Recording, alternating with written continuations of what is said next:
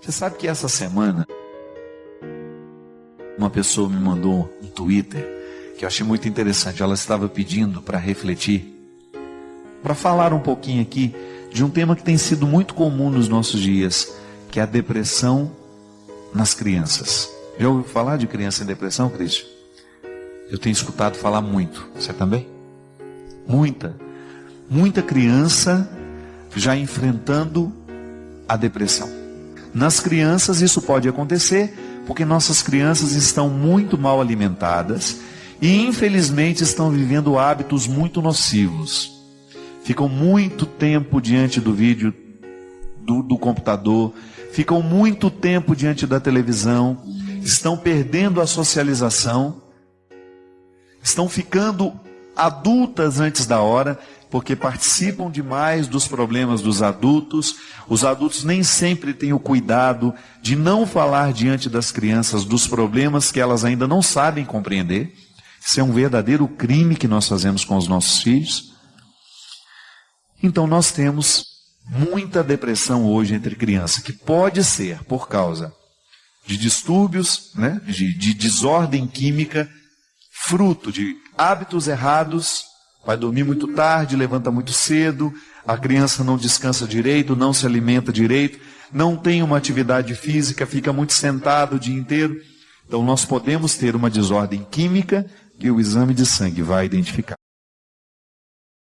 Mas nós também podemos ter um motivo afetivo, espiritual, que passam o tempo todo pelo nosso convívio, pela maneira como nós nos tratamos. E volto a dizer, muitas crianças estão expostas antes da hora a problemas que elas não sabem administrar. Então, minha gente, essa história de que o meu filho participa de tudo não pode ser assim, não. A criança tem que ter maturidade para compreender determinados fatos. Muitos pais, por exemplo, que discutem os problemas conjugais na frente dos filhos. Essa falta de psicologia prejudica demais os nossos filhos. Não estão preparados para saberem que os nossos, que pai e mãe estão vivendo quase que uma separação, ou que houve uma traição. Então precisa ter muito cuidado. Lembre-se que o seu filho, à medida que ele vai crescendo, ele vai tendo maturidade para isso. Mas enquanto essa maturidade não vem, você precisa pôr um filtro para que aquilo que chega até ela não venha prejudicar a sua saúde espiritual e emocional. Tá? Cuidado. Ter uma criança é o tempo todo fazer a experiência do cuidado. Cuidado com aquilo que você fala perto dos filhos. Cuidado com aquilo que os filhos estão conhecendo muito precocemente. Cuidado com aquilo que está passando na televisão, com aquilo que eles estão ouvindo. Porque esse mundo muito adulto, cruel, está matando muito cedo a inocência das nossas crianças. E isso, qual é a consequência disso? Muitas vezes é a depressão, é a angústia, é a ansiedade, num tempo em que a vida só pede outras coisas que não são isso. Acho que o tempo da infância, quando bem vivido, ele é um registro que vai nos ajudar muito na construção do nosso caráter e nas alegrias do futuro. A gente sabe que a depressão é um tema muito amplo, como nós já dissemos aqui várias vezes. Quando nós temos uma tristeza acentuada, porque tristeza não é depressão, né? A gente tem o direito de, num determinado momento da vida, estar desanimado, ficou entristecido porque aconteceu alguma coisa, por exemplo, perdi a dona Terezinha, uma amiga minha. É claro que a gente fica uns dias sofrido, triste, chateado, mas isso não é depressão. Agora, quando você percebe que você não consegue superar aquele sofrimento, aquela angústia, aquela tristeza, então você precisa de uma ajuda profissional. Por que eu sempre digo que a gente precisa da ajuda do profissional da saúde? Porque o primeiro passo, isso é uma regra, minha gente. Todos nós que estamos vivendo um processo de muita tristeza, de muito desânimo, de muita apatia, a primeira coisa que nós precisamos fazer é ir ao médico para que ele possa medir, através de um exame de sangue, as nossas taxas. A gente sabe, e a ciência nos ensina isso, e é muito importante a gente ter isso diante de nós. A depressão pode ser um fruto da desordem química, e o exame de sangue vai acusar isso. Sabe essa tal vitamina D, que só o sol pode nos dar? Porque a gente se lambuza de protetor solar o tempo todo, porque a gente tem medo do câncer de pele.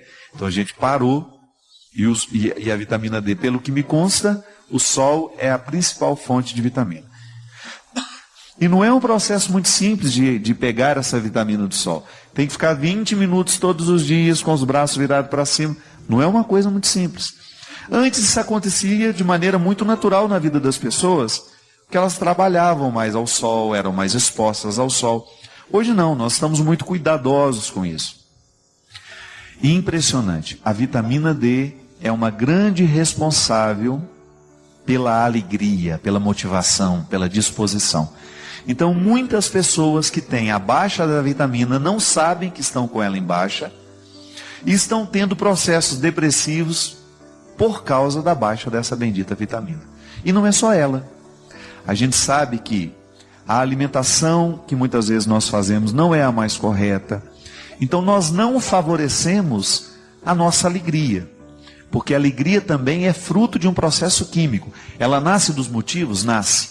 Mas às vezes você tem motivos para estar alegre, mas não está, é porque você está com uma desordem química, que precisa ser tratada do ponto de vista médico. Então essa é uma causa das depressões muitas vezes. O Câmara que estava dizendo que ele enfrentou esse problema com o filho em casa. Começou também a dar problemas, dificuldades com a criança, e de repente precisaram levar ao médico, e aí descobriram que era uma depressão infantil, que precisou ser medicado, durante 6 meses tomou o remédio, depois voltou à vida normal.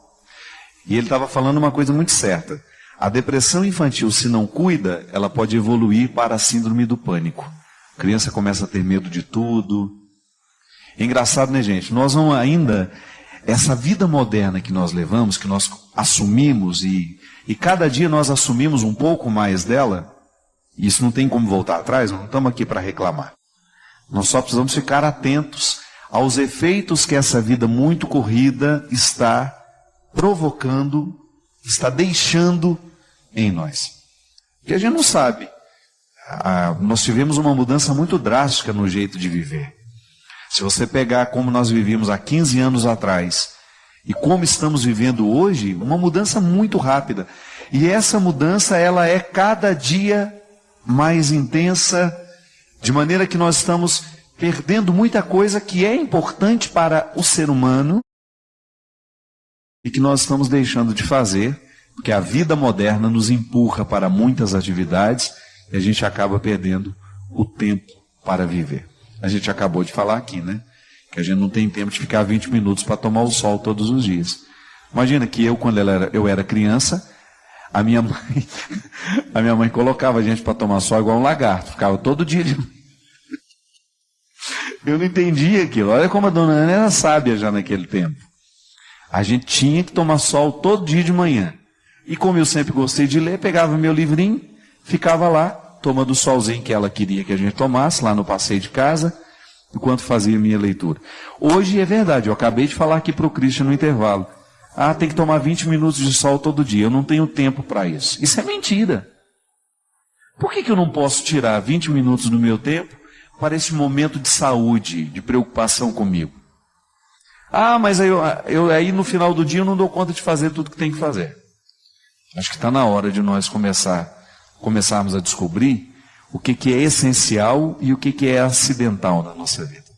Porque às vezes nós gastamos boa parte do nosso tempo com aquilo que é acidental. O que é o acidental? Aquilo que a gente poderia muito bem ter deixado de fazer. E o essencial, que muitas vezes é o que determina a nossa saúde, a nossa qualidade de vida, a gente protela, deixa para depois, deixa para amanhã.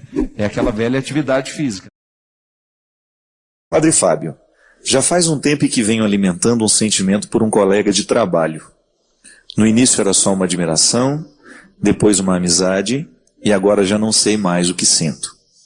Sou casada e isso tem me incomodado muito. pois a frieza com meu marido está sendo inevitável. Estou traindo meu marido, padre? A traição, ela começa no momento em que nós nos permitimos imaginar para a nossa vida aquilo que a gente já não pode mais. E relacionamento é investimento o tempo todo, que a origem de todas as angústias e ansiedades da vida estão nas possibilidades. Se você entra numa concessionária e vai comprar um carro, se você tem 5 cores, você vai escolher uma só. Você vai ficar mais angustiado até escolher aquela cor. Mas escolheu aquela cor, sai, esquece que tem outras, não é assim? Enfim, mas no momento que você estabelece um vínculo que você quer que seja definitivo, você terá que investir naquele definitivo. Não adianta você agora viver fazendo investimentos fora do seu relacionamento. Quando você está namorando, é até possível que você enxergue outras possibilidades para você. Mas a partir do momento que você é casada e quer levar o seu casamento adiante, eu creio que não seja honesto primeiramente com você, né? Alimentar o afeto por uma outra pessoa. A não ser que você não queira, mas o seu casamento aí é diferente, é um problema seu. Se você diz que isso lhe incomoda, o primeiro traço da traição que você precisa fazer cair por terra é aquele que você trai dentro de você mesmo. É você que está se traindo, minha filha. Porque dá muito trabalho você levar uma vida matrimonial, você ser fiel a um esposo, se você continua alimentando dentro de você um ou outro sentimento que não seja ordenado, que não seja de acordo. Não significa que você não possa ter amigos, não significa que você não possa ter aqueles relacionamentos que compõem o mosaico da sua vida. Mas o amor conjugal, esse amor erótico, né? Você alimenta pelo seu esposo, e se você não fizer esforço para isso continuar, você correrá o risco então de viver um processo de traição, que no primeiro é traição a você mesmo e depois traição a ele, naquilo que você vai realizar concretamente, nas possibilidades que você assumir para você. A melhor coisa que a gente precisa fazer na vida é a gente conhecer bem quem a gente é. Isso é fundamental. Você como mulher, você sabe muito bem quem é você, onde é que estão os seus pontos fracos.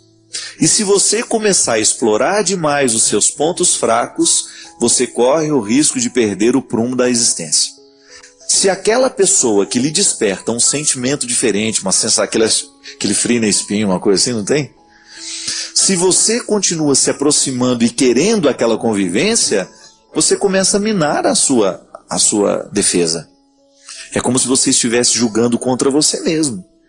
Se eu tenho o desejo de ser fiel àquilo que eu assumi, eu preciso ter uma conduta que me favoreça isso. Então, de vez em quando, a gente se perde nesses desequilíbrios pequenos, nas possibilidades, quando você começa a olhar para uma coisa de um jeito que você não deveria, quando você começa a minar o seu campo.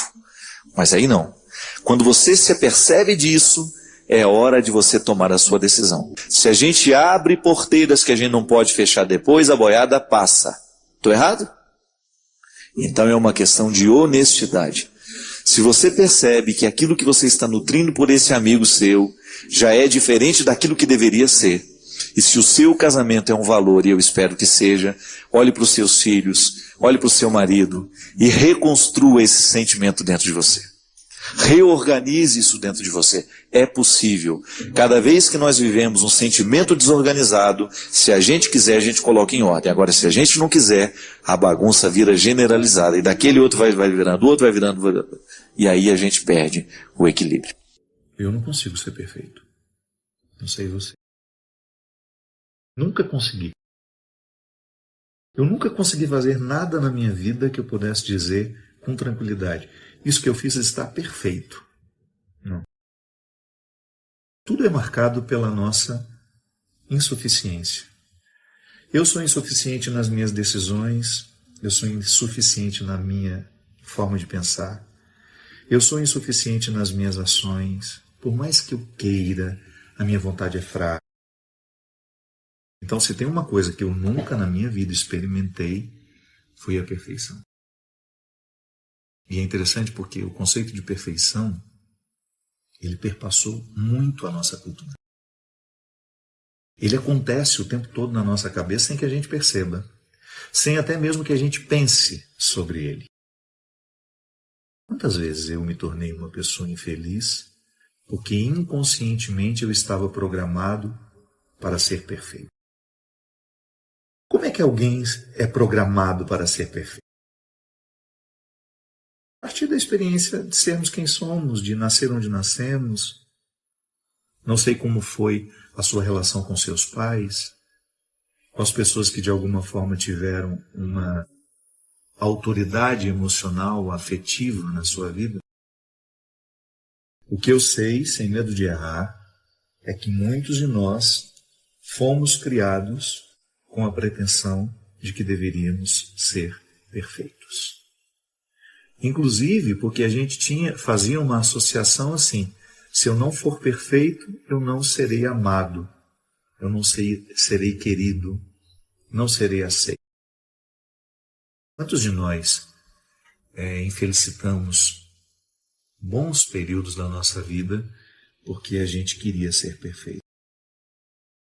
E é claro que a partir disso, toda a compreensão da dimensão divina da nossa humanidade. O mistério da encarnação nos assegura isso. Depois, no mistério da encarnação, tudo está tocado pelo sagrado. E Nossa Senhora é a mulher onde tudo isso acontece. É a carne que Deus escolhe para inserir de maneira definitiva, inserir-se de forma definitiva na história.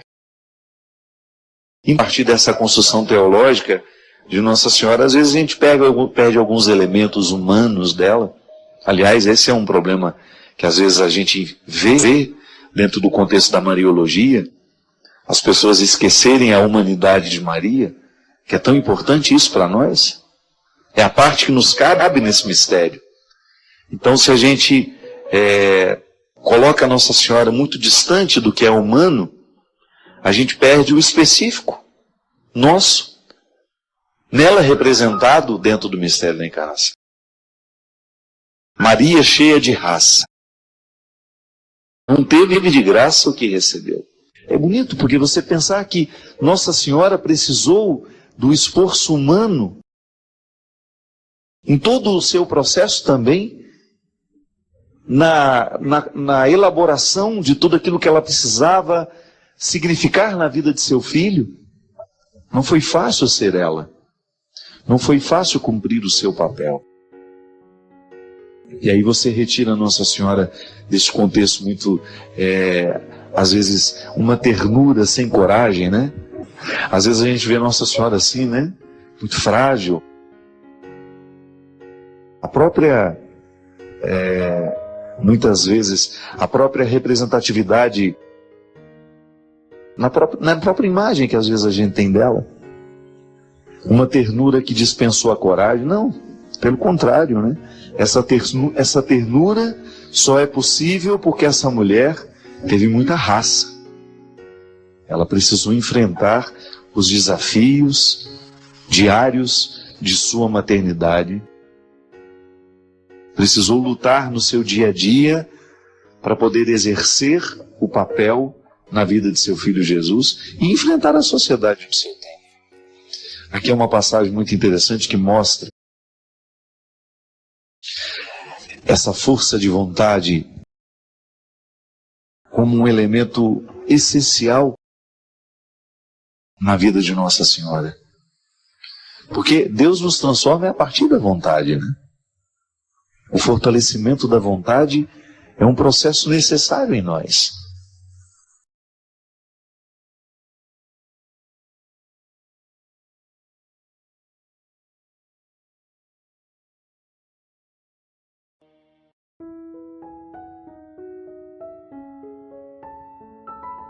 Padre Fábio, boa noite.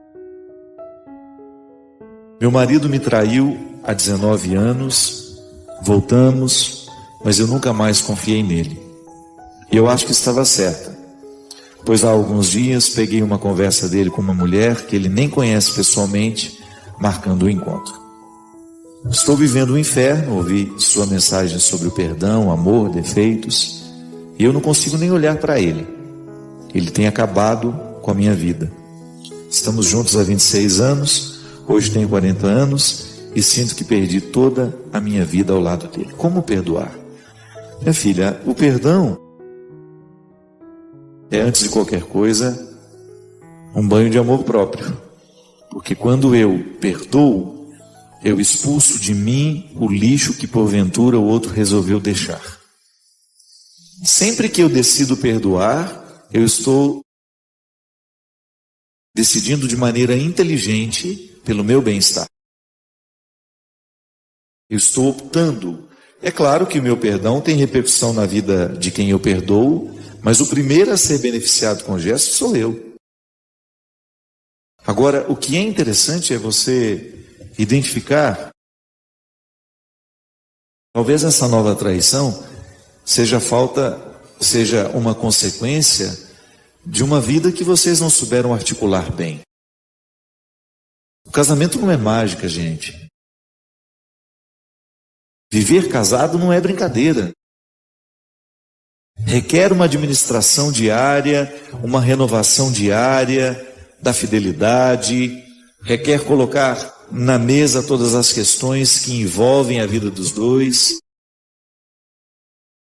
E como você mesma disse, essa desconfiança que você nutriu a vida inteira não adiantou de nada, né? Porque desconfiança não evita a traição, às vezes até acelera. Porque por isso que é tão interessante a gente perdoar de verdade. Pode ser que você não tenha perdoado naquele momento que você precisou perdoar, e por isso a sua relação com ele foi tão pesada, tão difícil, a ponto de haver uma outra pessoa nessa história novamente. Agora pode ser que não. É que às vezes em alguns momentos da nossa vida, a gente não tem nem como chegar ao resultado da pergunta que a gente faz. Às vezes a gente não tem como investigar o porquê das coisas. E só nos resta o como. E agora? Como é que eu vou administrar esse momento da minha vida? Uma coisa é certa. Você não pode perder agora a vontade de viver, porque terá de administrar um novo momento de traição. E tem outra coisa. Se você ama esse homem, se ele é importante para você, apesar de tudo que ele errou, não desanime dele. Mas você pode ter certeza que se você não fizer a experiência da confiança, não há vínculo possível. Você vai ficar eternamente desconfiada porque um dia houve uma traição, porque um dia houve um momento em que ele não foi fiel a você, e isso passa pelo relacionamento. Isso passa pela capacidade que o casal tem de restabelecer o vínculo que um dia foi quebrado. Tá certo? Estou falando de uma situação que eu não vivi na pele. Pode ser muito teórico para você. Mas uma coisa é certa. Quando o perdão acontece de fato, torna-se muito mais tranquilo recomeçar. Se não há o perdão, a experiência do recomeço é sempre mais difícil. Eu espero que você tenha sabedoria para administrar esse momento. Porque nós, ainda que você não tenha vivido a traição no casamento, mas o tempo todo nós precisamos administrar o fato de não sermos fiéis como gostaríamos de ser. Nós depositamos muita esperança, em tantas realidades, e aquilo não acontece como a gente precisava esperar, como a gente esperava que acontecesse. E você precisa se reconciliar com a vida. A vida não é como você sonhou que fosse. Mas não adianta ficar reclamando. Ela não vai mudar porque você está reclamando. Ou você se reconcilia com ela, ou você perde a oportunidade de saborear o que ela tem a lhe oferecer. E é assim, é interessante, Às vezes nós ficamos prestando muita atenção no não que a vida nos disse, e porque nós estamos ficcionados no não que recebemos, a gente perde a oportunidade de perceber as portas que foram abertas a partir daquele não. E que às vezes são muito melhores do que aquilo que a gente esperava. É uma questão de sabedoria. Muitas vezes, eu tenho um olhar viciado sobre a minha vida. Fico localizado sempre nas mesmas expectativas, nos mesmos posicionamentos, e de repente um movimento da vida me retira dali, e eu acho aquilo desagradável, desconfortável, mas se eu vivo o movimento de repente perceber que alguma coisa está saindo do meu controle, e eu espero com serenidade as coisas se ajeitarem, ou até mesmo vou ajeitando à medida que posso, de repente eu me surpreendo com algo que era muito melhor do que eu esperava. No não da vida, nós também encontramos possibilidades. E às vezes, muito mais significativas do que aquelas que nós já havíamos construído para aquele momento. É por isso que é bom a gente ter bons amigos do nosso lado, porque são eles que nos ajudam a descobrir esses caminhos no meio do mato. Sim, porque dependendo da situação é como se nós estivéssemos no meio de uma selva. Fica tão difícil o entendimento. Uma morte, uma traição, como é o caso dessa moça, a perda de um emprego nesse momento de crise que o país atravessa, tantas seguranças que antes estavam garantidas, de repente não estão mais. E aí você até descobre o desconforto que o amor é insegurança o tempo todo. O simples fato de amar já nos coloca num contexto de insegurança. Ah, padre, mas o amor nos dá segurança? Dá, mas no avesso dele é pura insegurança. Medo de perder, medo de que vá embora, medo de que não aconteça como você esperava. Ou no meio dessa selva toda, a gente precisa ouvir, fazer bastante silêncio, prestar bastante atenção em nós, porque nós temos essa mania, né? De no momento da dificuldade, a gente não se ouve, a gente não presta atenção em nós mesmos.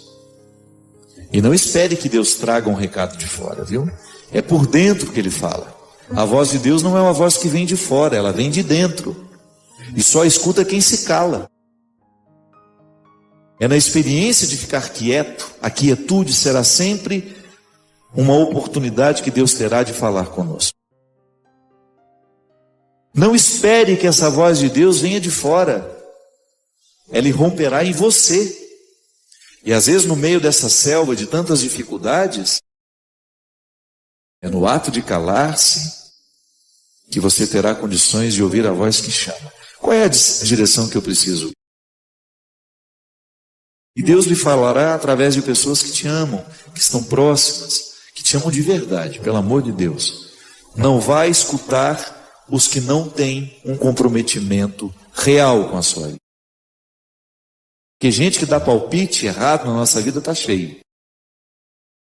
Não confunda a voz de Deus com a voz de gente conhecida somente. Este recado será dado por dentro, através de pessoas que falarão com você numa linguagem que você vai entender. Que é assim que é interessante ouvir a voz de Deus.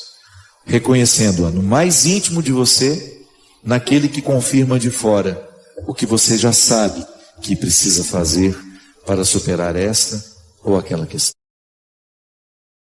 Volto a dizer, você escuta a sua voz quando o outro vem e diz exatamente o que você já está se dizendo há muito tempo. Ali existe uma confirmação da voz que Deus lhe soprou com a voz que Ele confirma naquele que chega. Obrigado pela companhia.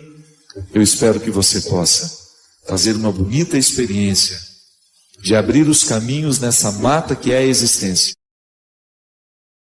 ouvindo a voz de Deus que fala em você e através daqueles que te amam. A pessoa não quis se identificar, ela só pede uma orientação. Padre, tive 4 filhas, foram 4 cesáreas e eu não me sinto bem esteticamente. Fiquei com a barriga muito grande, cicatriz e fora os seios que não gosto por serem muito pequenos. Tenho muita vontade de fazer plástica, colocar silicone, mas tenho medo do que pode acontecer. Será que Deus aprovaria isso, padre? Eu tenho certeza que me sentiria melhor comigo mesma e na relação com meu esposo. Temos 37 anos e acabo ficando mais velha que ele. Tudo isso atrapalha um pouco a nossa relação. Eu preciso estar bem comigo para estar bem com ele e com as minhas filhas. Minha filha, essa é uma questão que você está vivendo e que muitas outras pessoas também passam pelo mesmo conflito, né?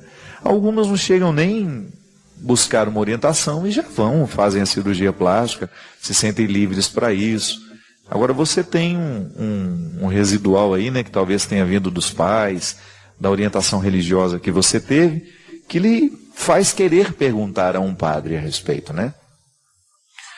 A igreja não se opõe à ciência de maneira alguma, né? E a igreja, não sei nem se ela já se pronunciou, né, oficialmente a respeito dessas questões. O que a igreja nos faz é sempre nos orientar para que a gente não caia nas facilidades que a vida vai oferecendo, que muitas vezes retiram de nós a oportunidade, por exemplo, da disciplina. Eu particularmente acho um absurdo, por exemplo, que algumas pessoas façam uma lipoaspiração quase que de 2 em 2 anos, porque não conseguem viver uma disciplina quando depois que tem o resultado da lipo, né?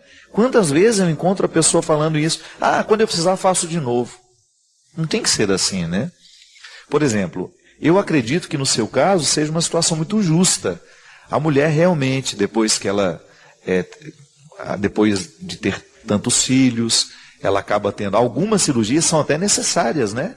Para você ter a reconstrução interna da musculatura que vai ficando frouxa. Eu acho que é direito da mulher ela buscar os recursos que a ciência oferece para que ela recupere essa autoestima. Não vejo que isso seja um problema, né? O problema é quando nós colocamos isso de maneira exagerada e até mesmo como uma prioridade diante de tantas coisas na vida, que às vezes isso não seria tão importante, tão necessário. Se você acha que isso vai fazer bem ao seu casamento, se a sua autoestima vai ficar melhor, converse com seu esposo. Se você tem condições financeiras de fazer a cirurgia, procure um bom médico, né? Procure um bom profissional que vai lhe dar condições, sobretudo por causa dessa questão da gravidez. Eu sei porque eu conheço mulheres que precisaram dessa cirurgia reparadora. Eu me esqueci o nome dessa cirurgia, não me lembro mais. É necessária para muitas mulheres e não é nenhum problema você se orientar. De repente você vai, conversa com o médico. É preciso que essa cirurgia não seja interpretada de maneira banal, né? O pecado está aí. É quando você começa a banalizar o procedimento, quando você começa a colocar isso como sendo uma rotina da vida agora. Então eu vou fazer 30 plásticas, porque tudo em mim que está precisando de modificar, eu não sei conviver com isso. Eu acho que o pecado é toda vez que nós começamos a cair nesses relativismos que colocam o valor da pessoa humana aquém de tudo isso, de todas essas aparências, né? Não é bem assim, né? A gente sabe que, por exemplo, quantas crianças são traumatizadas porque tem a orelha de abano, né?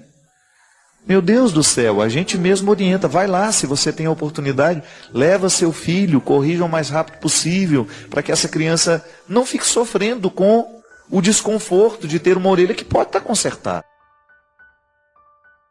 Se a ciência está ao nosso serviço, vamos fazer uso dela, mas um uso consciente.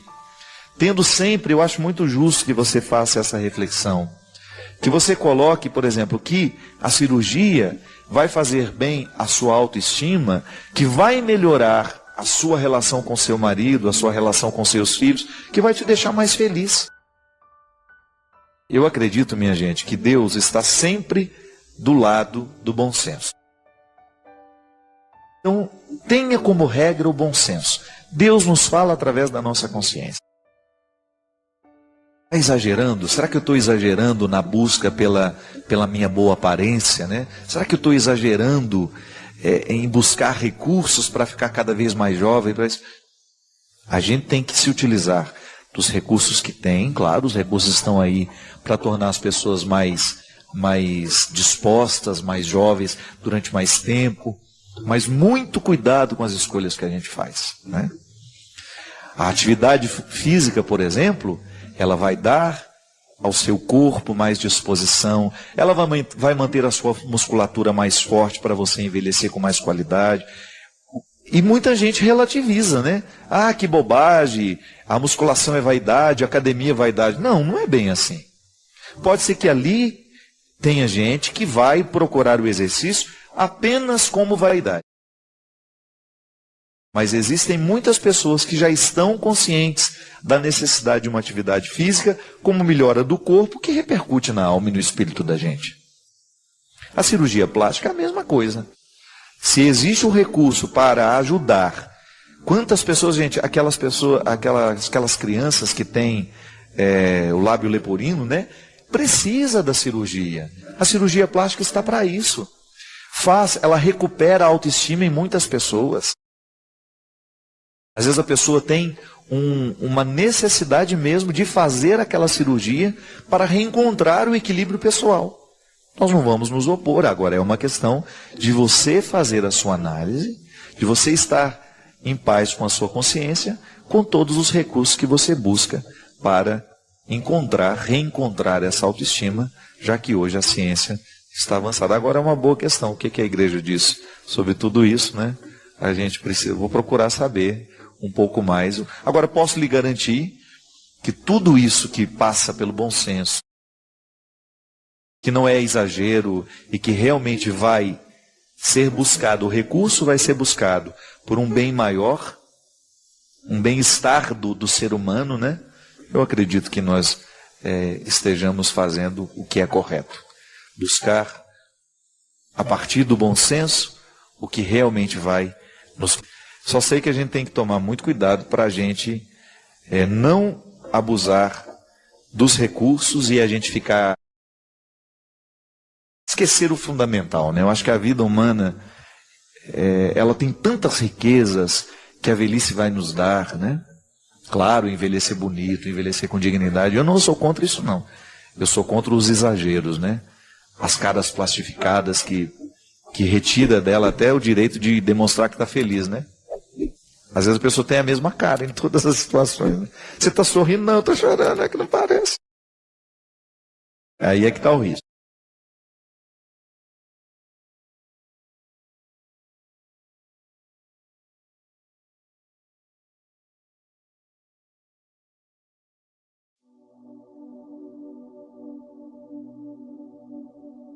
O primeiro passo para a gente se transformar na pessoa errada é a gente estar no lugar errado.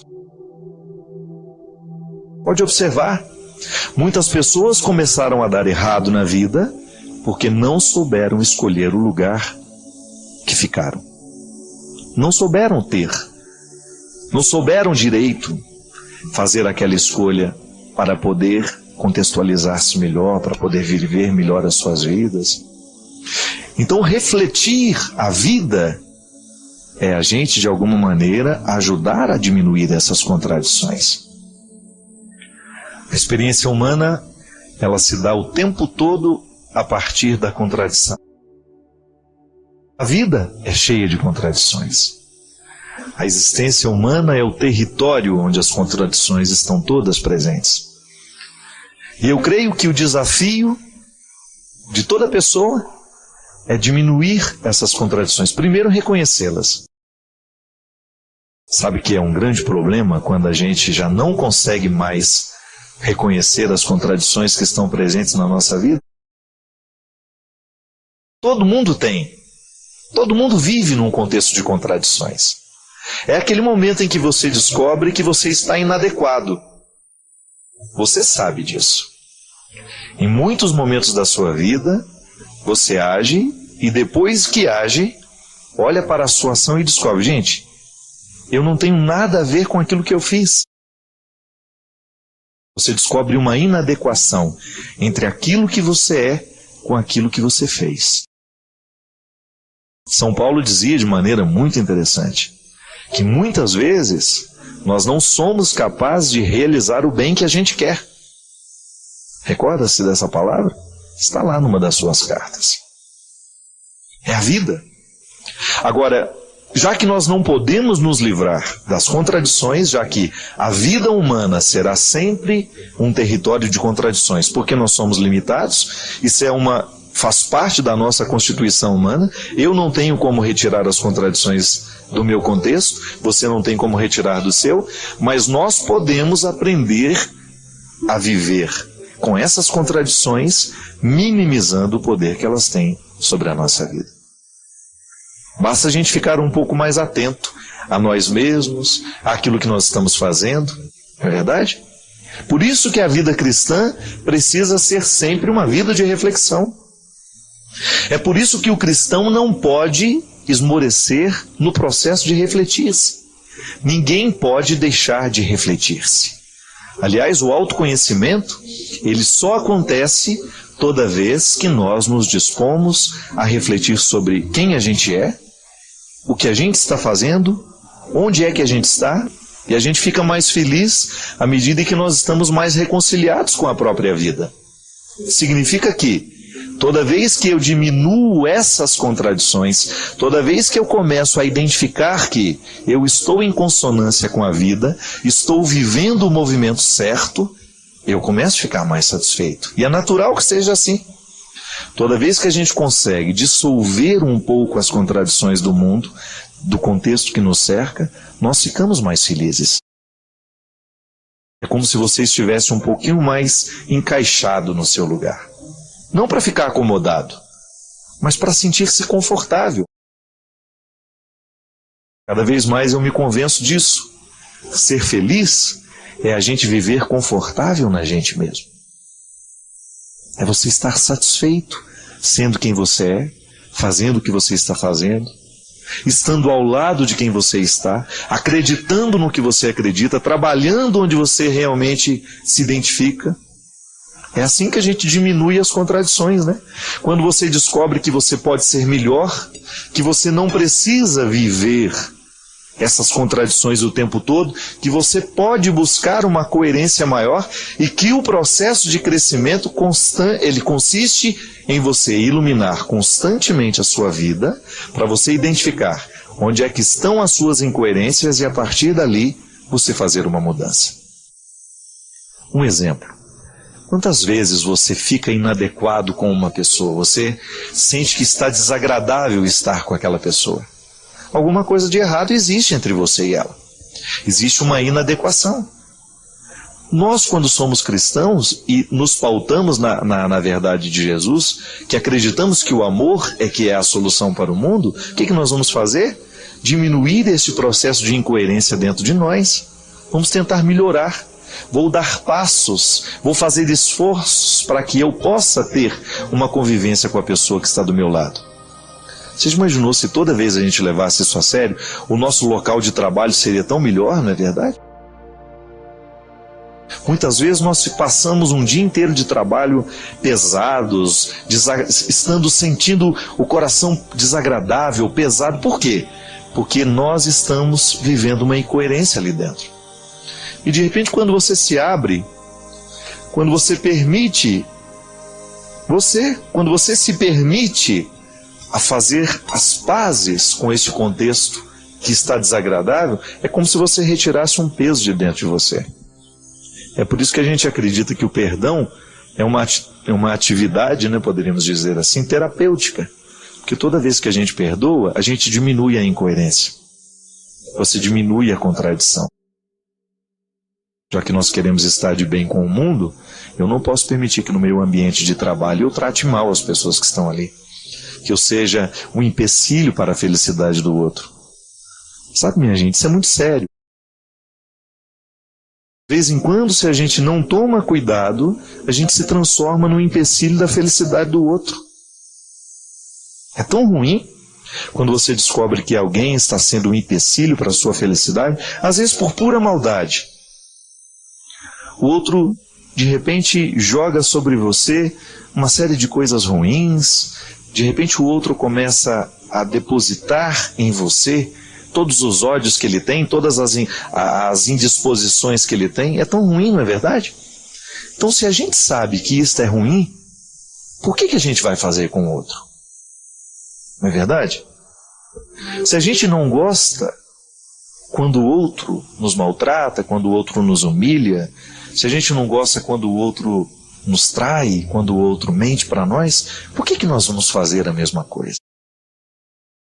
Se nós não gostamos de ser desprezados, por que nós vamos desprezar?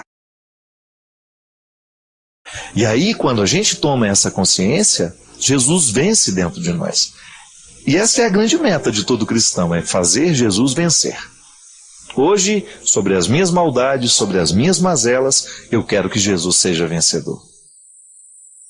Hoje, sobre as minhas mesquinharias, eu quero que Jesus seja vencedor. E quando a gente começa a levar isso a sério, Deus atua de maneira tão interessante no nosso coração, que Ele até nos fortalece para enfrentar um pouco mais as dificuldades, os desajustes do mundo. Porque a gente precisa estar um pouco imune a tudo isso, né? Senão a gente sofre demais. Diminuir as contradições. Pode ser que hoje o seu coração esteja necessitado disso. Ai, Padre Fábio, hoje eu estou pesado, esses dias eu estou pesado. A vida tem sido difícil para mim. Pode ser que a razão seja essa. Você está inadequado. Você está com muita contradição dentro do coração. E o coração, para ser feliz, ele precisa estar, no mínimo, lutando para vencer as contradições. Sabe, minha gente, em muitos momentos da minha vida, eu não sei se já partilhei isso com vocês, mas eu já fui uma pessoa muito pessimista. Na minha adolescência, eu tive um momento da minha vida em que eu era um suicida em potencial. Sabe por quê? Porque eu não tinha canalizado bem a minha melancolia. Eu sou naturalmente melancólico. Eu fico naturalmente, eu me entristeço com muita facilidade, da mesma maneira como me alegro também com muita facilidade. Então todos os meus sentimentos são muito extremados, eu preciso tomar muito cuidado para eu ter um equilíbrio emocional no meu dia a dia. Porque eu costumo dizer que eu não tenho cercas. Tudo que é ruim me atinge muito e tudo que é bom me atinge muito também. Eu sou um território que não tem muito cercado. Tudo chega com muita força sobre mim. Eu precisei e estou precisando o tempo todo aprender a lidar com esse meu jeito de ser. Mas eu identifico que hoje, nesse tempo da minha vida, nesses últimos anos, Deus tem me dado uma graça muito grande de aprender a lidar com tudo isso.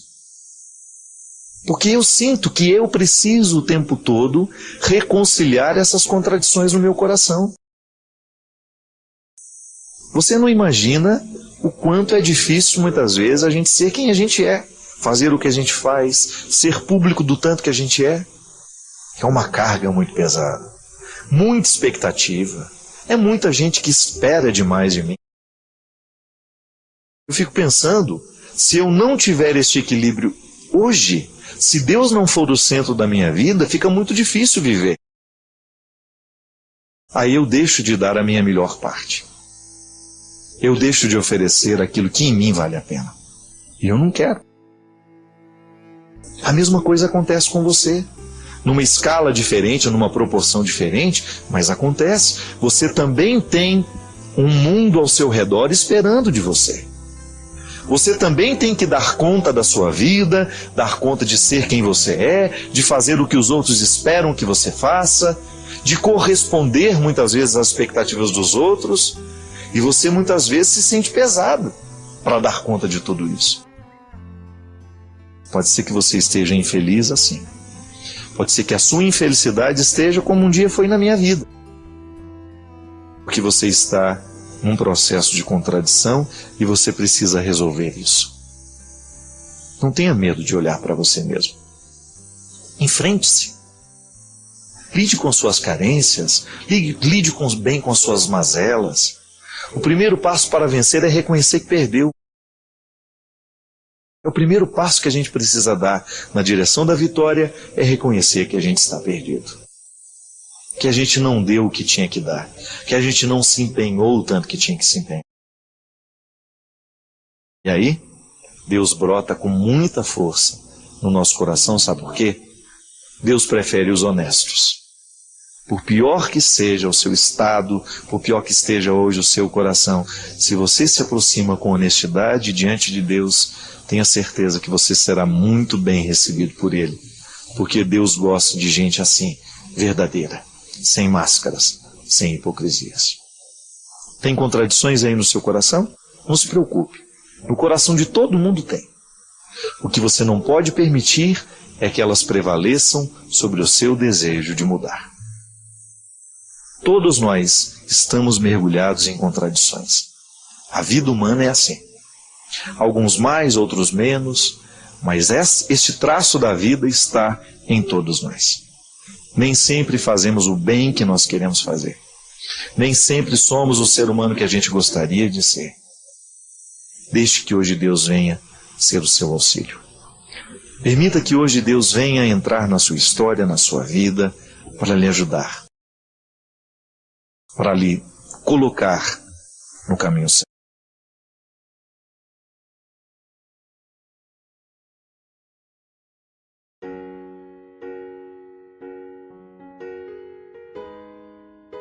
Padre, qual a importância da intercessão dos santos? Por que não fazer o pedido diretamente para Jesus? Você pode fazer o pedido direto para Jesus, sim, não tem nenhum problema. A intercessão dos santos é apenas mais um jeito de rezar. Todos nós temos o direito de ter uma devoção pessoal. E isso é muito interessante, gente, porque a igreja faz isso para nos aproximar, para nos revelar que é na humanidade que Deus age. Quando você tem ali, por exemplo, você admira, você olha para a vida de Santo Antônio, por exemplo, você olha para a vida de São Francisco de Assis e descobre nestes homens um pouco de você. Comunhão dos Santos é isso. É abrir uma vitrine, né, onde ali estão pessoas como nós que conseguiram fazer da sua experiência de vida uma experiência de santidade. Elevar uma virtude, né? A santidade é isso. É você pegar uma virtude e potencializá-la, muitas vezes, e fazer com que ela cresça tanto dentro de você, que ela cresça tanto, que ela acaba se tornando a sua marca, a sua característica. Por exemplo, São Francisco, o amor aos pobres. Ele viveu a simplicidade com tanto empenho, ele se aproximou dos miseráveis com tanto amor, com tanta misericórdia, que isso santificou. Então aí eu olho para São Francisco de Assis, identifico que ele era um homem muito rico, conheço a história dele, sei que ele tinha muitos bens, que ele tinha muitas possibilidades, que ele era um homem muito inteligente, e vejo ele fazer esse processo de aproximar-se da simplicidade e na simplicidade descobrir o sentido para a vida. Então muita gente que tem uma humanidade semelhante à de Francisco de Assis vai acreditar que a santidade para ela também é possível. Porque se ele conseguiu e eu sou parecido com ele, por que eu não posso conseguir também? Então a comunhão dos santos é uma aproximação que nós temos de pessoas que viveram os mesmos desafios que nós. E que, vivendo os desafios que lhes eram próprios, conseguiram alcançar a virtude que o santificou. Ah, mas eu tenho Jesus como meu exemplo. Tudo bem. Jesus é a nossa referência o tempo todo. Tanto é que nós só prestamos atenção em Francisco porque Francisco imitou Jesus. Eu não gosto da palavra imitou. Incorporou, poderemos dizer. Ele vivenciou tanto, ele foi tão cristão, ele foi tão parecido com Jesus, mas por ser humano, por ser limitado, em qual virtude ele pareceu muito com Jesus? Na simplicidade. E aí você tem então a possibilidade de participar deste mesmo mistério. De ser como Francisco, de olhar para Jesus e de radicalizar essa virtude, a simplicidade, na sua vida, para que você também possa encontrar nessa simplicidade o caminho da sua santidade.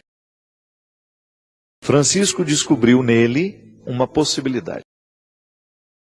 Dentro dele ali, apesar de morar com tanto luxo, com tanta pompa, uma família de comerciantes em Assis, cheia de bens, cheia de possibilidades, ele podendo estudar, ele podendo viajar pelo mundo, ele descobre um caminho que vai levá-lo aonde? Ao coração de Jesus. E ao conhecer o coração de Jesus, com ele se encanta tanto que quer ser parecido. Aí eu estou aqui, vivendo neste momento da minha vida, olho para Francisco de Assis, me identifico com ele e automaticamente sou levado ao coração de Jesus também por ele. Isso é a comunhão dos santos. Eu não paro em Francisco. Francisco é apenas um irmão que conseguiu um pouco mais do que eu consigo. E da mesma maneira como um irmão motiva o outro, né? Quando eu olho para as pessoas que eu admiro, imagina as pessoas fazem isso até com pessoas da televisão. Não podemos fazer com os santos? Que hipocrisia é essa? Você admira o seu pastor? Você gostaria de ser como seu pastor? Isso é comunhão dos santos. O difícil, o duro é quando você se nivela por baixo, né? Você pega uma pessoa lá que não inspira absolutamente nada de bom e quer ser como ela. Não. A comunhão dos santos é você descobrir no outro uma virtude evangélica, bem vivida, bem experimentada, a partir de uma humanidade que foi cuidada, os obstáculos devidamente retirados na hora certa, e então você se motiva a ser como ela. E sendo como ela, você está muito próxima do que foi Jesus. É assim que nós vivemos a comunhão dos santos. Quando nós admiramos e trazemos o exemplo dele ou dela para a nossa vida.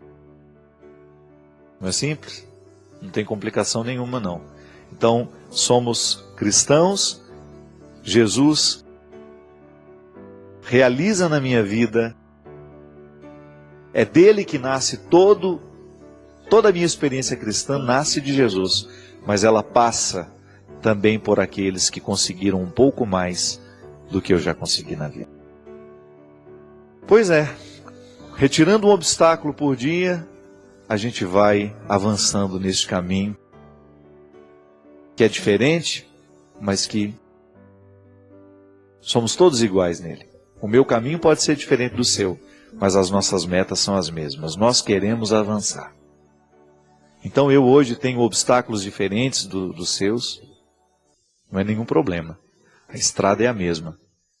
E é por isso que eu acredito muito que as pessoas de bem, elas sempre se encontram num determinado momento da estrada, mesmo vivendo religiões diferentes. Quem persegue a bondade, quem persegue a verdade, em algum momento dessa estrada, vai encontrar. Estamos todos no mesmo caminho. Desejosos de fazer com que esses obstáculos sejam para nós apenas um instrumental que nos faça avançar. Para isso a gente vive. Para se fortalecer nessa luta e fortalecer aquele que está ao nosso lado. Para isso somos amigos, para isso somos irmãos, para isso vivemos a comunhão dos santos. Para que ninguém se sinta sozinho nesta luta. Para que você não fique aí desesperado com seus obstáculos, viu? Não, tem muita gente com tantos obstáculos ou até muito mais que você. Muitos santos, muita gente boa, muita gente que hoje é venerada, admirada, tinha obstáculos piores que os seus. Então, nada de desanimar. É fé em Deus, um pouco de esforço diariamente, e o caminho da nossa salvação estará sendo feito, sendo trilhado. É isso que eu desejo para nós. Que a nossa luta seja sempre muito honesta. Se você hoje percebe que Deus não está tendo oportunidade de manifestar-se ao mundo através de você, converta-se. Tenha coragem de mudar na estrutura da sua vida tudo aquilo que possa dificultar esse Deus de estar presente através de você. Pense que Deus trabalha lá no seu trabalho através de você. Que Deus mora na sua casa através de você. Que Deus anda pela sua cidade através de você.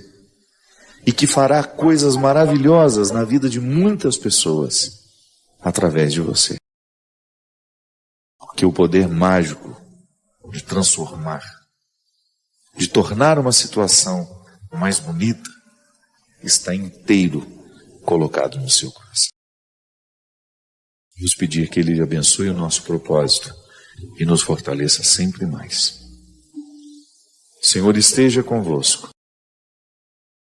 Desça sobre nós, sobre os nossos corações, a bênção e a proteção do céu, do Deus Todo-Poderoso, Pai, Filho e Espírito Santo.